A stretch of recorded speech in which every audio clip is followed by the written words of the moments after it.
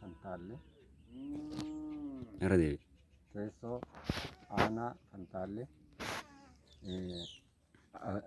afarii fi Sumaalee waldaangeessina hagaa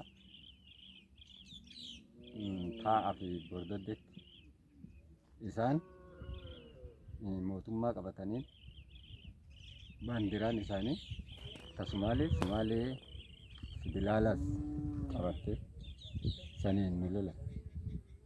Nuti homaa hin qabnu waraanas hin qabnu. Kanaan biyyarraa nu buqqaasaa jira. Bakka uummanni Oromoo jirutti nu gargaaruu qabdan isinis.